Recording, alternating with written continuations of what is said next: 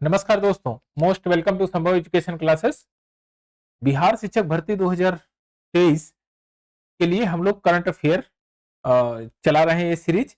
और यह last 6 month के करंट अफेयर्स जो टॉप मोस्ट के करंट अफेयर हैं, जो एग्जाम के पॉइंट ऑफ व्यू से सबसे इंपॉर्टेंट हैं, उनको इस सीरीज में रखा गया है। और वन बाय वन करके हम पूरे तथ्यात्मक उसका वर्णन देखेंगे और उसके साथ में कौन कौन सी घटनाएं घटी हैं उसको भी कोरिलेट करते हुए आगे की तरफ बढ़ेंगे। तो चलिए शुरुआत करते हैं। क्वेश्चन नंबर 1 अपना लेते हैं। वार एंड वुमेन नामक पुस्तक किसने लिखी है? Option number 1 Mohammed Zakir Hussain, option number B doctor M A Hasan, option number C Pankaj Tripathi, option number D Draupadi Murmu. अब यहां पर जैसा भी आप इंटरफेस देख रहे हैं तो देख के ही पता चल गया होगा कि doctor M A Hasan, doctor M A Hasan ने इस पुस्तक का इनॉग्रेशन किया। अच्छा, वो कब किया? तो 52 52वीं NHRC national human right commission जो स्विट्जरलैंड में हुई, स्विट्जरलैंड स्विट्जरलैंड और स्विट्जरलैंड में कहा? जनेवा में, जनेवा में हुआ यह आयोजन। इसमें इन्होंने इस पुस्तक का इनॉग्रेशन किया और डॉक्टर एम ए हुसैन ने ये कहा कि वार एंड वुमेन नामक ये पुस्तक इन 1971 के वार पे आधारित है। पाक आर्मी ने पाकिस्तान आर्मी ने बांग्लादेश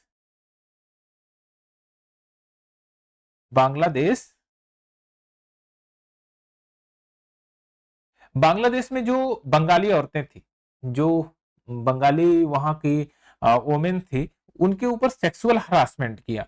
और सेक्सुअल हरासमेंट किस कदर से किया, कैसे कैसे उनको प्रताड़ित किया और किस तरह से उनका दुरुपयोग किया, इन सब चीजों का काला चिट्ठा इसमें लिखा गया। तो इसमें जो नाम दिया इन्होंने वार एंड वोमेन, यानी कि युद्ध के दौरान औरतों की क्या स्थिति थी वह उनको वर्णन किए हैं।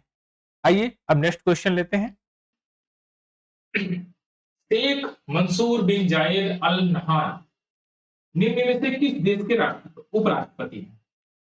ऑप्शन नंबर ए सऊदी अरब, option number 2 Oman, option number C UAE, option number D Qatar. बताइए। देखिए, ये इनका फिगर जो चित्र दिख रहा है आपको, ये यूएई के उपराष्ट्रपति है, यूएई के उपराष्ट्रपति है। इंटरेस्टिंग बात तो यहां है कि इनके बड़े भाई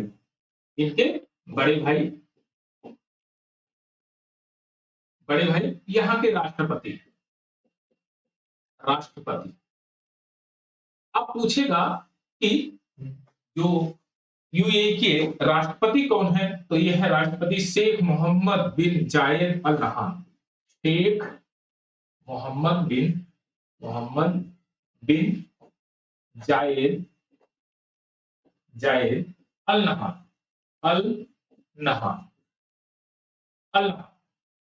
ये यहाँ के राष्ट्रपति। अच्छा, खास बात ये है ये शासक भी हैं, ये राष्ट्रपति ही नहीं, ये शासक भी है। कहाँ के? ये शासक हैं अबू धाबी के। अबू धाबी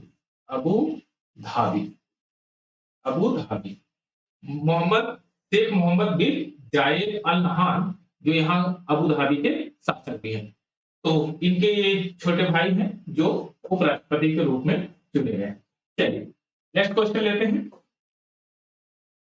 अब देखिए, ये भारत में जो घटना, ये क्रम है, ये बहुत ज्यादा इंपॉर्टेंट है। क्रिकेट स्टेडियम, ये विश्व का तीसरा क्रिकेट स्टेडियम है। हाल ही में भारत के किस राज्य में दुनिया का तीसरा और भारत का दूसरा सबसे बड़ा क्रिकेट स्टेडियम बना? तो आपको ये जानना चाहिए कि भारत में पहला स्टेडियम कहां पर है और उसके बाद दूसरा स्टेडियम ये है, और विश्व में अगर कहेंगे तीसरा स्टेडियम तो इसके बारे में भी जानिए। चलिए, ऑप्शन है गुजरात, राजस्थान, मध्य प्रदेश, पंजाब। तो सबसे पहले गुजरात को देख लीजिए। गुजरात में सबसे पहला जो स्टेडियम बना उसका उद्घाटन हुआ आपका 2020 में। नाम क्या था गुजरात में जो बना है? अभी वर्तमान में उसका नाम है Narendra Modi stadium. Narendra Modi stadium, Modi stadium, stadium, Narendra Modi stadium. इससे पहले उसका क्या नाम था? तो सरदार वल्लभ भाई पटेल स्टेडियम था। सरदार वल्लभ भाई पटेल या सरदार पटेल स्टेडियम। कहीं कहीं आपको सरदार पटेल स्टेडियम लिखा रहेगा और कहीं कहीं आपको सरदार वल्लभ भाई पटेल स्टेडियम, सरदार वल्लभ भाई पटेल स्टेडियम। ये तो वर्ल्ड का सबसे बड़ा स्टेडियम है। अच्छा, अब आप कहेंगे कि इसकी अगर क्षमता आपसे पूछ लिया जाए, क्षमता, क्षमता कितनी होगी? तो ये है 1,36,000 लोग इसमें बैठ सकते हैं। अब आता है आपका राजस्थान। राजस्थान तो ये जो 75,000 क्षमता वाला जो आपका स्टेडियम बन रहा है वह राजस्थान और मध्य प्रदेश और पंजाब में। तो राजस्थान, अब इसके बारे में कुछ चीजें जान लेते हैं। यह स्टेडियम की क्या खासियत है और यह किस लिए पॉपुलर है। तो राजस्थान में बन रहा है, कहां पर बन रहा है? ये जयपुर के पास बन रहा है। जयपुर, जयपुर के पास बन रहा है। और जयपुर में कहां पर बन रहा है? चोक गांव में। आपसे कभी पूछ लिया जाए चोक गांव विश्व का तीसरा सबसे बड़ा स्टेडियम कहां बन रहा है, तो राजस्थान के जयपुर चोक गांव में बन रहा है। खास बात तो ये है कि यह जो कंपनी बना रही है वह हिंदुस्तान जिंक लिमिटेड यानी वेदांता से कंसर्न करके, आप कहेंगे हिंदुस्तान वेदांता लिमिटेड, वेदांता, वेदांता इसमें पार्टनरशिप कर रही है।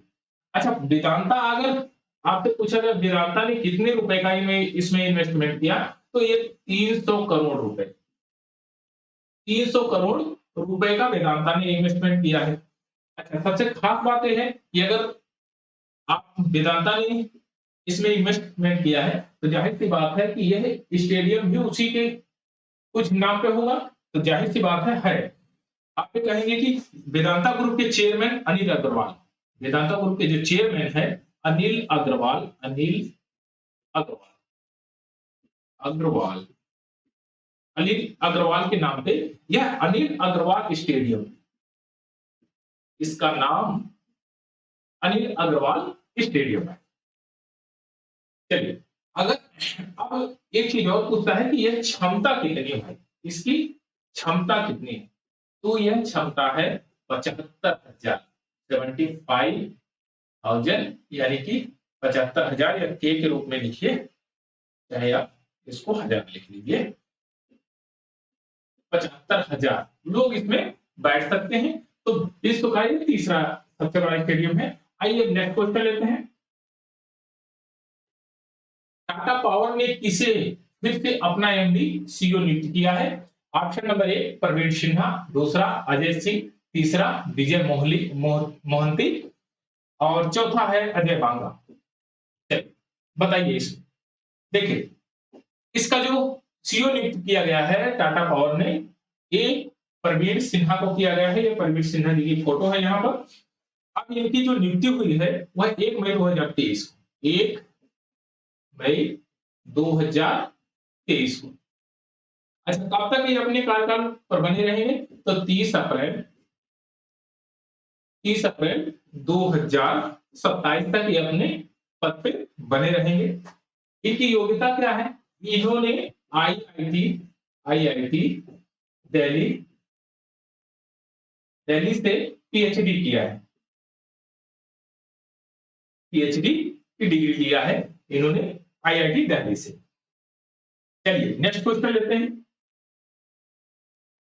ये देखिए सबसे ज्यादा इंपॉर्टेंट है। नासा के मून टू मार्स प्रोग्राम के पहले प्रमुख, पहले फर्स्ट प्रमुख के रूप में किसे नियुक्त किया गया है? Option number 1 James L Green, option number 2 Kartik Raj, option number 3 Natalie वाटाला और ऑप्शन नंबर 4 अमित छत्री। ये भैया एक फिगर है अमित छत्री जी की, और अमित छत्री जी भारतीय मूल के अमेरिकी व्यक्ति हैं। भारतीय मूल के, भारतीय मूल के अमेरिकी व्यक्ति, अमेरिकी व्यक्ति हैं। ये भारतीय मूल के अमेरिकी व्यक्ति हैं। इन्होंने ये प्रोग्राम को लॉन्च किया है। अच्छा, अब इनके बारे में अगर पूछेगा तो कभी पूछ सकता है ये कौन से पद पे हैं और ये क्या काम करते हैं। तो ये robotics engineer, robotics robotics engineer, robotics engineer है। और इन्होंने नासा में काफी समय से काम किया है और इनका जो कार्यकाल रहा वो 2003 से इन्होंने शुरुआत किया था नासा में एज ए रोबोटिक इंजीनियर के रूप में। तो वर्तमान में ये भारतीय मूल के कंपनी, भारतीय मूल के व्यक्ति हैं और ये पहले प्रमुख नियुक्त किए गए हैं moon to the Mars program के लिए। अच्छा, इसका जो उद्देश्य है क्या है इसका मून टू द मार्स का, तो चंद्रमा पर जो है चंद्रमा पर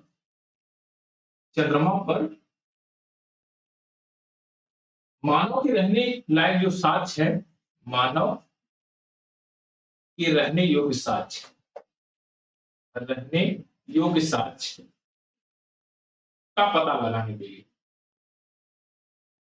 मानव के रहने योग्य साक्ष्य क्या है उसका पता लगाने के लिए इसका इनको इस अभियान का प्रमुख नियुक्त किया गया है। आइए नेक्स्ट क्वेश्चन लेते हैं, क्वेश्चन नंबर 6।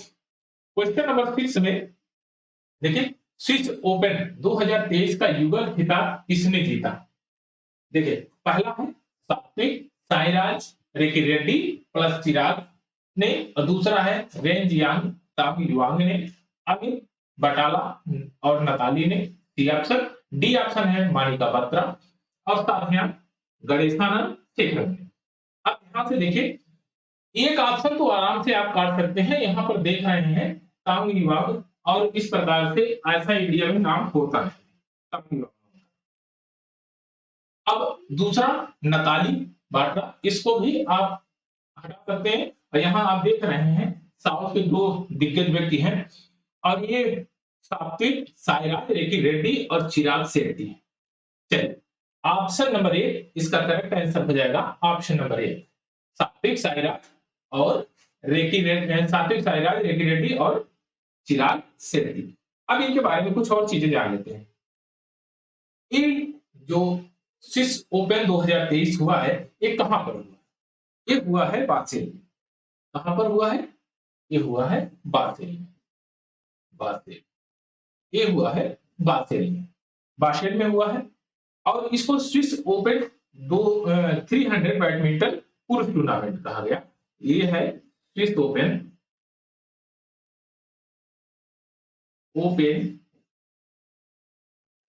सुपर 300 बैडमिंटन पुरुष टूर्नामेंट, पुरुष टूर्नामेंट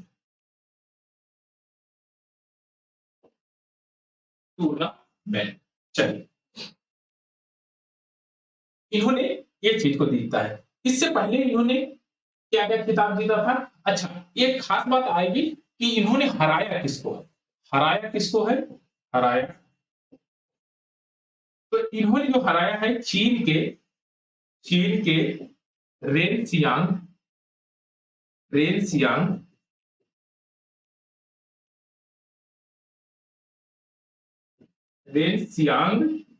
और तान कियांग को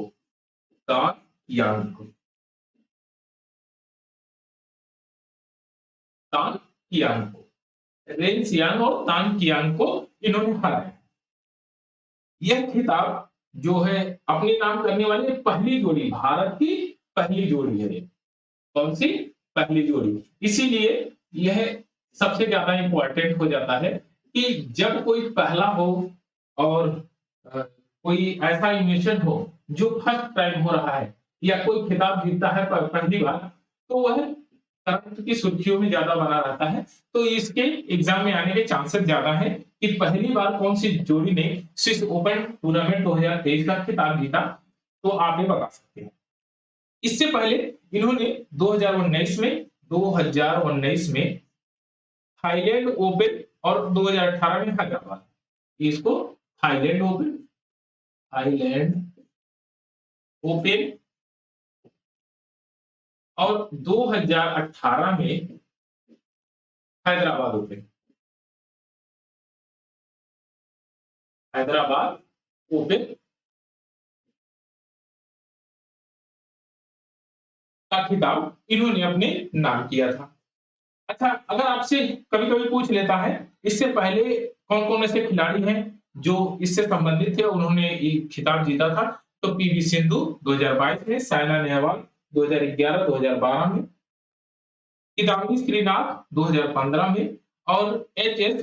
प्रणय 2016 में इन्होंने खिताब जीता था। चलिए क्वेश्चन नंबर 7 देखते हैं।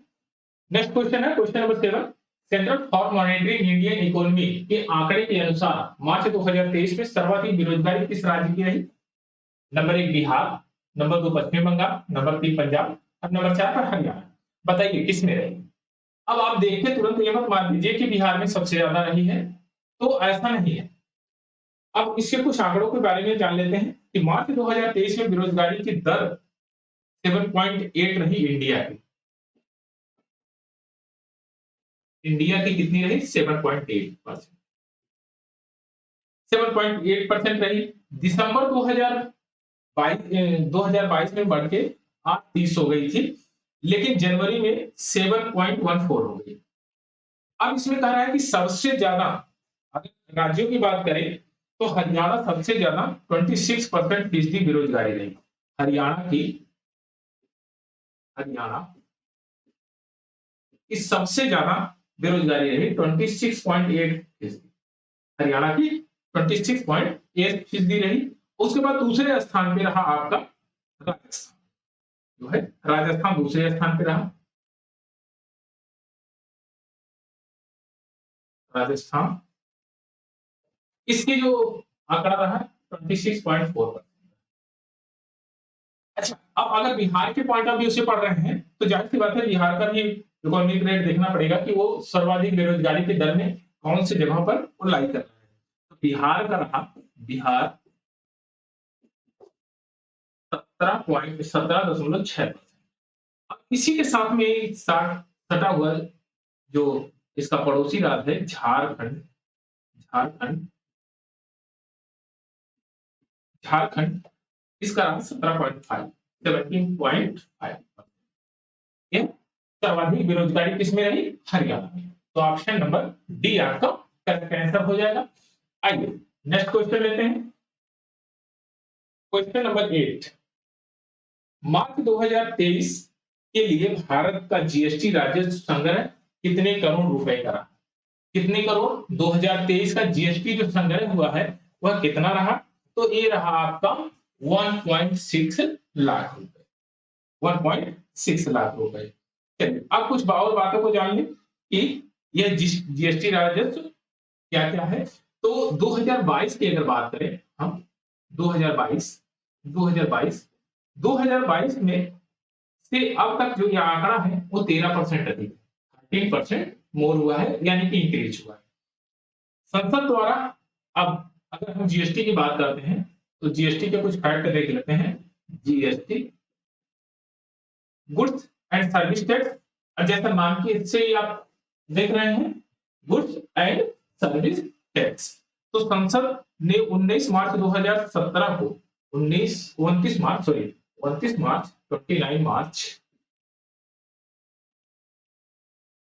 2017 को यह अधिनियम पारित किया था और पूर्णतः जो लागू हुआ, यह पारित किया गया था और पूर्णतः लागू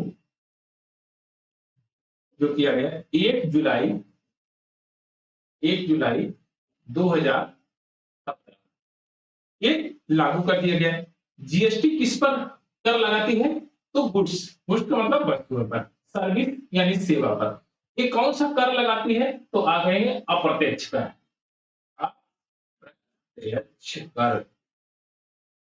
अप्रत्यक्ष कर लगाती है और इसने इस बार कितना मिला था इसको? 1.6 लाख रुपए का राजस्व इकट्ठा हुआ था। आइए नेक्स्ट क्वेश्चन लेते हैं। Question number 9। क्वेश्चन नंबर 9 में सिलेक्स भारत अभ्यास भारत ने किस देश के साथ किया था? तो आप यहाँ पर देख ही रहे हैं कि और सिलेक्स यानी कि श्रीलंका के साथ में अगर कोई भी युद्धाभ्यास होता है तो उन देशों का नाम जरूर उसके साथ में लगा रहता है। एसएल श्रीलंका और इन का मतलब इंडिया और ईएक्स का मतलब एक्सरसाइज। तो यहाँ पर आप ये चीज देख सकते हैं और ऑप्शन में भी आराम से आंसर मार्क कर सकते हैं। ऑप्शन नंबर डी आपका करेक्ट आंसर हो जाएगा। अब पूछ लेगा किस डेट को हुआ था? डेट, ये डेट क्या था? तो 3 अप्रैल 2023 को 3 अप्रैल 2023 को कहां पर हुआ था? कोलंबो। कोलंबो अगर स्थान पूछ लेगा कहां पर युद्धाभ्यास हुआ था तो कोलंबो। कोलंबो। नेक्स्ट क्वेश्चन लेते हैं। हाल ही में संघाई आयोग संगठन के सदस्यों और सदस्य देशों की संस्कृत मंत्रियों के 20वें सत्र की मेजबानी भारत के द्वारा किया गया। भारत इस संगठन का पूर्ण सदस्य कब से रहा? अब ध्यान से देखिए, यहाँ ये नहीं पूछा कब हुआ है क्या नहीं, यहाँ पूछा है कब से ये सदस्य रहा है संघाई क्षेत्रों संघाई का। तो ये पहले देख लेते हैं ये कब हुआ। अब कैसे कैसे इसमें सारे कंपोनेंट हैं उनको देखते हैं। तो 3 अप्रैल 2023 को हुआ। 3 अप्रैल 2023 2023 को यह हुआ। इसकी मेजबानी भारत ने किया था। इस बैठक में कजाकिस्तान कजाकिस्तान कजाकिस्तान कजाकिस्तान चीन किर्गिस्तान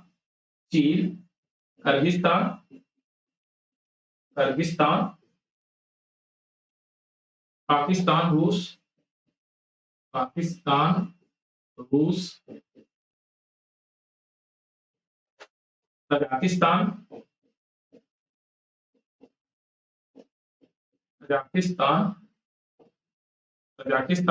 और उज्बेकिस्तान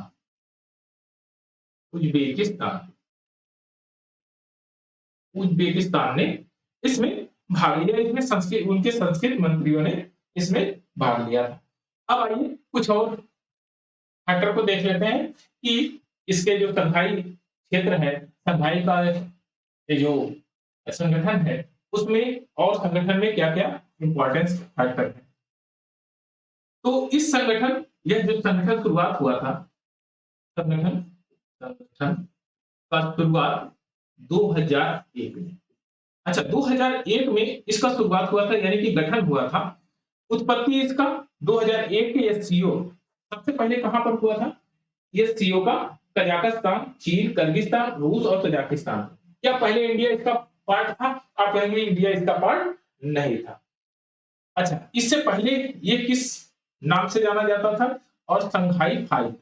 ये संघाई, इसको पूर्व नाम आप कह सकते हैं। पूर्व नाम इसका संघाई 5 था। संघाई 5 कब बना था? 1996। कहां पर? कब? 1996 में।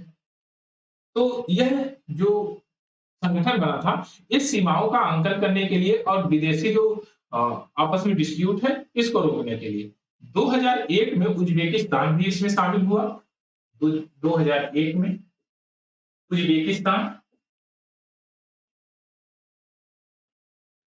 उज्बेकिस्तान भी शामिल हुआ है इसमें और फिर इसको नाम बदलकर एससीओ कर दिया गया। इसका नाम एससीओ कर दिया गया। भारत इसमें कब शामिल हुआ था? भारत और पाकिस्तान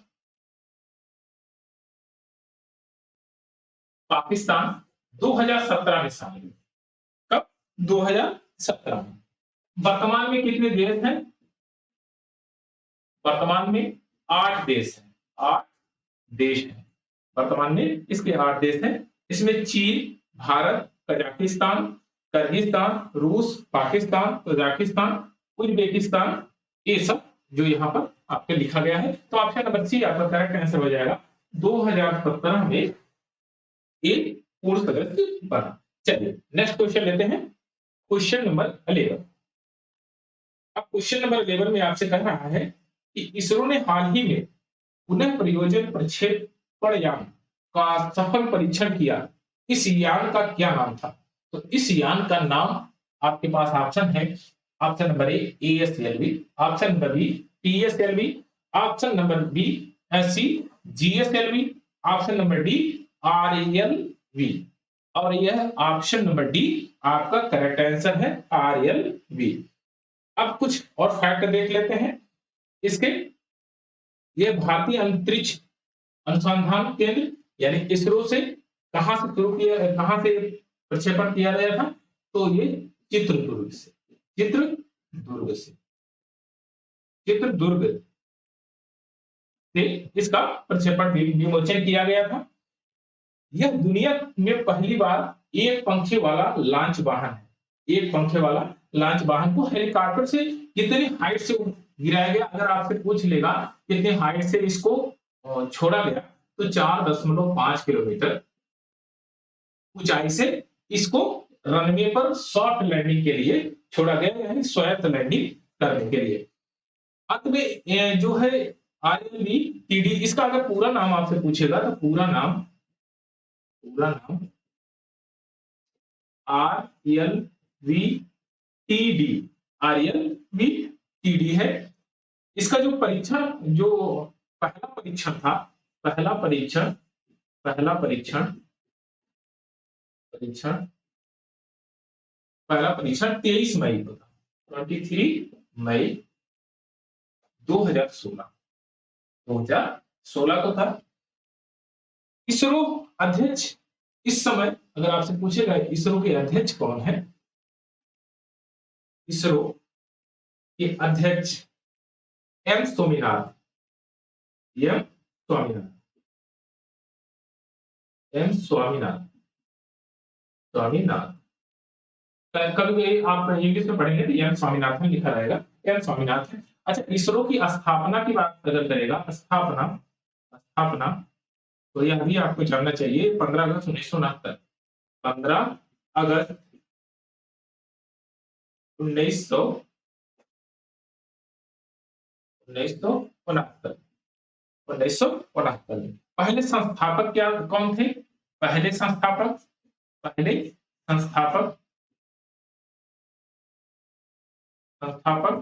डॉक्टर विक्रम साराभाई, डॉक्टर विक्रम साराभाई, विक्रम साराभाई। तो आपका ऑप्शन नंबर डी आपका करेक्ट आंसर हो जाएगा। आइए नेक्स्ट क्वेश्चन लेते हैं, क्वेश्चन नंबर 12। क्वेश्चन नंबर 12, हाल ही में सलीम दुलारी का निधन हो गया, निम्नलिखित में से किस क्षेत्र से संबंधित थे? और सलीम दुलारी काफी फेमस व्यक्ति थे और ये वर्तमान में जो भारत के ही पार्ट थे। तो अगर इनका निधन हो गया तो जाहिर सी बात है कि उनके अंदर कुछ ना कुछ खूबियां रही होगी। क्या वो फिल्म उद्योग से थे? ऑप्शन नंबर ए फिल्म उद्योग, बी क्रिकेट, सी लेखक, डी वैज्ञानिक। बताइए किसमें? तो ये सलीम दुलारी ये थे क्रिकेटर और ये व्यक्ति क्या थे? ऑलराउंडर, ऑलराउंडर थे। अब इन्होंने कितना, अगर पूछ लिया जाए कितना मैच खेला था, तो 29 मैच खेला, 29 मैच खेला था इन्होंने। 29 मैच में रेट इनका औसत जो रेट था, औसत ये 25.24, 25.04 25.24 था। और इन्होंने रन जो बनाया था वह 1202 रन बनाए, 1200 रन बनाया था इन्होंने। अब अगर मैचों की बात करें कितने विकेट लिए थे, तो विकेटों की संख्या थी, विकेटों की संख्या 75, 75 विकेट इन्होंने लिया था। ये रहने वाले वास्तविक रूप में काबुल पाकिस्तान में इनका जन्म हुआ, लेकिन ये भारत की तरफ से खेलते थे और भारत के मूल निवासी थे। इनका जन्म जो था वह हुआ था काबुल अफगानिस्तान में, काबुल अफगानिस्तान,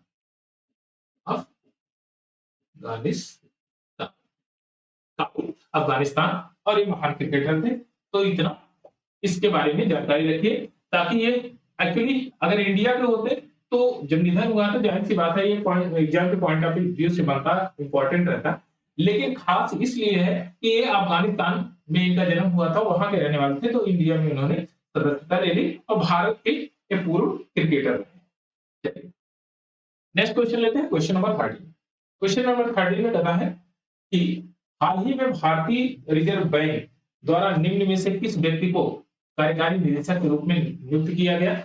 पहला है नीरज निगम, दूसरा मनोहर जोशी, तीसरा जसवंत सिंह और चौथा है मोहिनी चक्रवर्ती। तो ऑप्शन नंबर ए आपका करेक्ट आंसर होगा नीरज निगम। नीरज निगम को इसका आपको गवर्नर नियुक्त किया गया है, कार्यकारी गवर्नर। अब आरबीआई के बारे में कुछ बातें जान लेते हैं। RBI, reserve bank of India, इसकी स्थापना स्थापना 1 अप्रैल 1935 1935 को हुआ। कौन से अधिनियम से पूछेगा? अधिनियम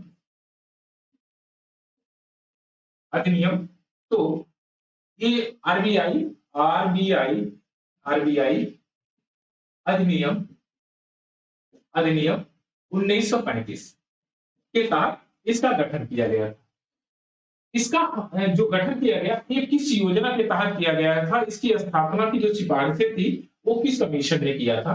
तो ये कमीशन जो था इसका नाम था Hilton young commission. Hilton young commission, young commission.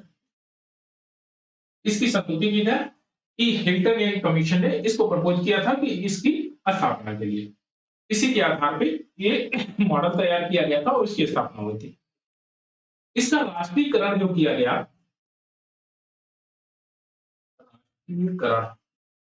राष्ट्रीयकरण 1949 में किया गया था और इसका काम जो था आरबीआई का काम यह भारत में जो मौद्रिक नीतियां हैं यानी मौद्रिक जो जितने भी बैंक्स हैं उन बैंकों का भी ये बैंक है, यानी कि मौद्रिक बाजार को नियंत्रण करता है। मौद्रिक बाजार को मौद्रिक बाजार का नियंत्रण बाजार को नियंत्रित करता है, मौद्रिक बाजार को नियंत्रित करता है। इसके पहले गवर्नर जो थे ये सर ओसबोर्न स्मिथ थे। सर ओसबोर्न ओसबोर्न स्मिथ इसके पहले गवर्नर सर ओसबोर्न स्मिथ थे और ये ब्रिटिशर थे, ये ब्रिटिश के थे। अब भारतीय अगर पूछा भारतीय गवर्नर भारतीय गवर्नर भारतीय governor CD CD Deshmukh Deshmukh CD Deshmukh. वर्तमान में गवर्नर कौन है? वर्तमान में वर्तमान में वर्तमान में है शशिकांत दास। शशिकांत दास का दास इससे वर्तमान में गवर्नर है। इस समय कार्यकारी गवर्नर के रूप में नीरज निगम को नियुक्त किया गया है। चलिए अब नेक्स्ट क्वेश्चन लेते हैं। क्वेश्चन नंबर 14, हाल ही में नौसेना स्टाफ के उप प्रमुख का पदभार किसने अडॉप्ट किया, किसने ग्रहण किया है? तो बताइए। Option number A vice admiral S N Ghormade, option number B vice admiral Sanjay Jasjit Singh, और option number C vice admiral Mohan Chakravarti, option number D vice admiral Sunil Lanba. तो ऑप्शन नंबर बी इसका करेक्ट आंसर है वाइस एडमिरल संजय जसजीत ने इसका पद ग्रहण किया है। अब आपसे अगर ये पूछेगा कि कब इन्होंने पद ग्रहण किया है तो आप इसको बता सकते हैं। कुछ एक बातों को इसमें ध्यान में रखिए। 2 अप्रैल 2023 को। कब? 2 अप्रैल 2023 को। 2 अप्रैल 2023 को इन्होंने पदभार ग्रहण किया था। अच्छा, ये जो सीधे नियुक्त राजपत्रित अधिकारी थे, रजिस्टर्ड अफसर, और इन्होंने कब ज्वाइन किया था? 1986 में नौसेना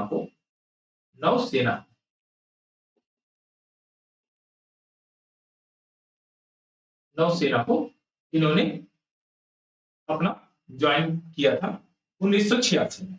चलिए अब नेक्स्ट क्वेश्चन लेते हैं, क्वेश्चन नंबर 15। अमेरिकी अंतरिक्ष एजेंसी नासा ने अपने आर्टेमिस 2 मिशन के लिए पहली महिला अंतरिक्ष यात्री का चयन किया है, जो निम्न में लिखित में से है। अब ध्यान से देखिए, रीड वाइज में option number A Christina Koch, option number B, option number C में जेरेमी हेंसन और ऑप्शन नंबर डी में कल्पना चावला शर्मा। तो इसमें ऑप्शन नंबर बी आपका करेक्ट आंसर होगा, क्रिस्टीना कोच। क्रिस्टीना कोच को इन्होंने ये पहली महिला के अंतरिक्ष यात्री के रूप में इनका चयन हुआ है। अब कुछ और फैक्ट देख लेते हैं कि इसमें 4 लोग भेजे जाएंगे, जिसमें एक महिला है और एक एसोसिएट। एक महिला है, एक महिला महिला और दूसरा एक एसोसिएट व्यक्ति है अमेरिका का। इसमें जो है पहली ये महिला होंगी, ये पहली महिला होंगी अंतरिक्ष की जो इसमें भेजी जा रही हैं। और ये यात्रा जो होगी, यात्रा ये 10 दिन की है, यात्रा 10 दिन की है। इसका उद्देश्य जो है, उद्देश्य 2024 तक पहली महिला और अगले पुरुष को चंद्रमा पर उतारना है। चंद्रमा पर चहलकदमी के लिए इनको महिला को उतारना है। तो 2024 तक इन्होंने लक्ष्य रखा है, ठीक, और तक ये लक्ष्य रखा है। 21 जुलाई 1969 को नील आर्मस्ट्रांग 21 जुलाई 1969 को नील आर्मस्ट्रांग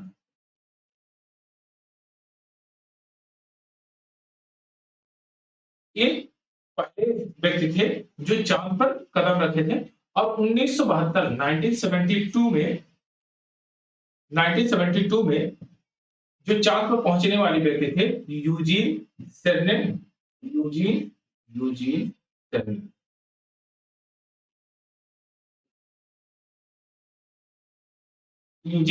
सेरनेन ये अंतरिक्ष यात्री थे, इन्होंने चांद पर अपना कदम रखा था। तो आइए नेक्स्ट क्वेश्चन लेते हैं हम। चलिए क्वेश्चन नंबर 17। हाल ही में किस बैंक ने वीजा के साथ मिलकर डिजिटल दुकान नामक एप्लीकेशन लॉन्च किया है? Option number A HDFC bank, option number B state bank, option number C axis bank और option number D Punjab national bank. तो बताइए कौन सा बैंक? अब ध्यान से देखिए, यहां पर एचडीएफसी भी नहीं है, स्टेट बैंक नहीं है और पंजाब नेशनल बैंक भी नहीं। आपका option number C correct answer है, एक्सिस बैंक। अब आपसे ये पूछा जाएगा कि डिजिटल दुकान का जो वीजा के साथ कंप्रोमाइज करके इन्होंने साथ में योमो के माध्यम से एप्लीकेशन लॉन्च किया है, इसमें कितने रुपए तक आप ट्रांजैक्शन कर सकते हैं? तो लेन देन का जो अमाउंट होगा, लेन देन वह 5000 रुपीज होगा। एक बार आप स्क्रीनिंग करेंगे और तुरंत ओके करेंगे तो उसमें कोई और अन्य प्रोसेस नहीं होगा, वो तुरंत आपको 5000 रुपए ट्रांजैक्शन हो जाएंगे। नेक्स्ट क्वेश्चन लेते हैं 2000, ये क्वेश्चन नंबर 17।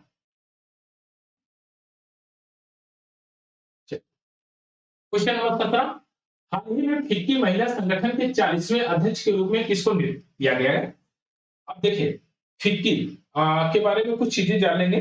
तो पहला है, इनके ऑप्शन को देख लेते हैं, कल्पना चावला, दूसरा सुधा शिव कुमार, तीसरा मोहिनी संगमा और चौथा है दीपा दिवाकर।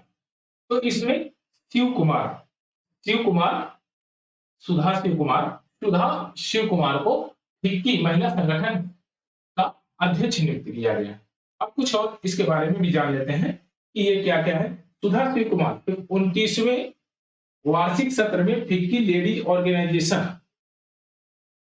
के 40वें अध्यक्ष के रूप में पदभार ग्रहण किया है और 40वें अध्यक्ष के रूप में है, ये 14th अध्यक्ष बनेंगे। इसके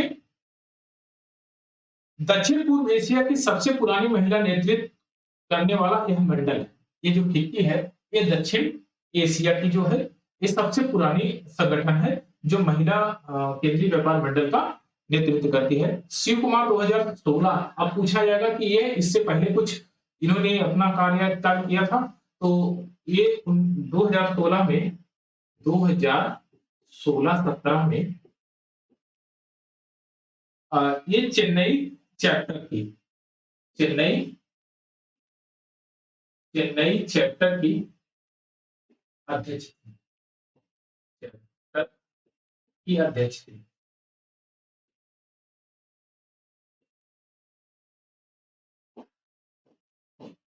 चेन्नई चैप्टर की ये अध्यक्ष थी। एचसीओ के वर्तमान में पूरे भारत में 19 चैप्टर है, यानी 19 जगहों पर इन्होंने अपना अलग अलग इनका जो है ऑफिस है और यहाँ से ऑर्गेनाइजेशन लोग करते हैं। इसमें लगभग 3000 व्यवसायी महिलाएं काम करती हैं और यह भारत में जो है 3000 महिलाएं इसमें काम करती हैं और ये बहुत बड़ी संस्था है। अब खास बात यह है कि यह किसके मॉडल पर और किसकी समझौते पर ये बनाई गई थी। तो इसकी स्थापना जो है वो 1927 ये 1927 में गांधी जी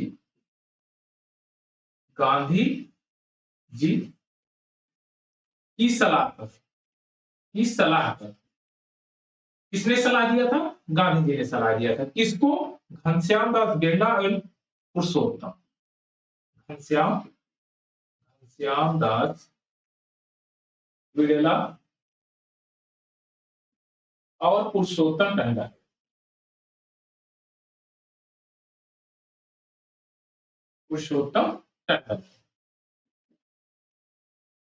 टंडन जी को यह सलाह दिया था कि इस प्रकार की संस्थाएं बनाइए जिसमें महिलाओं के व्यापारिक विकास हो सके और मानसिक और शारीरिक रूप से भी विकास हो सके और वो समाज में अपना एक अस्तित्व बना सके।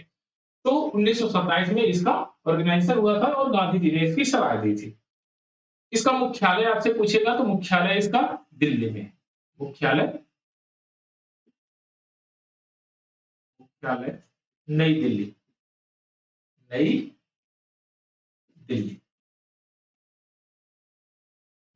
दिल्ली में है। आइए नेक्स्ट क्वेश्चन लेते हैं। Question number 18। कोप इंडिया अभ्यास इन दो देशों के मध्य आयोजित होने वाली द्विपक्षीय संयुक्त प्रशिक्षण अभ्यास है। तो यह प्रशिक्षण अभ्यास भारत और अमेरिका के बीच में, वहां पर भारत और अमेरिका के बीच में कब से कब तक चलेगा? यह चलेगा आपका 10 से 21 मई 21 मई 2023 ये चलेगा। चलिए नेक्स्ट क्वेश्चन लेते हैं। हालिया की रिपोर्ट में सौर फोटोवोल्टिक निर्माता के रूप में भारत कब तक दुनिया का दूसरा सबसे बड़ा देश बन जाएगा? चलिए बताइए। कुछ option number 1 2026, option number 2 2030, option number 3 2040, option number D 2070। तो देखिए भारत 2026 तक चीन के बाद दुनिया का सबसे बड़ा सौर फोटोवोल्टिक निर्माता बन जाएगा। तब 2026 में। अभी वर्तमान में पहले स्थान पे कौन है? चीन है। पहले स्थान पे चीन है। 2026 तक भारत दूसरे स्थान पे आ जाएगा। और आगामी पीवी निर्माता यानी कि जो पीवी इसकी जो कंपनियां है पीवी निर्माता हुई इनके प्रतिष्ठानों के मामले में गुजरात सबसे अग्रणी है। अगर राज्यों की बात करेगा राज्य तो उसमें गुजरात सबसे अग्रणी है। अगर सोलर पैनल की बात करेंगे तो सोलर प्लांटेज वहां पर सबसे ज्यादा है और गुजरात में यही सबसे ज्यादा अग्रणी है। यानी कि इंडिया में सबसे अग्रणी अगर हम बात करेंगे कि सोलर फोटोवोल्टिक कंपनियों का जो सबसे ज्यादा कंज्यूमर है वो है गुजरात। चलिए नेक्स्ट क्वेश्चन लेते हैं। जिग्मे खेसर नामग्याल वांगचुक किस देश के राजा हैं? अभी हाल ही में भारत की यात्रा पर थे। तो ये राजा है भूटान के राजा है जिग्मे खेसर नामग्याल वांगचुक। इसको आप थोड़ा सा अपने दिमाग में रखिएगा। अब यहाँ पर ये 20 क्वेश्चन की एक सीरीज, अब नेक्स्ट सीरीज हम कल करेंगे।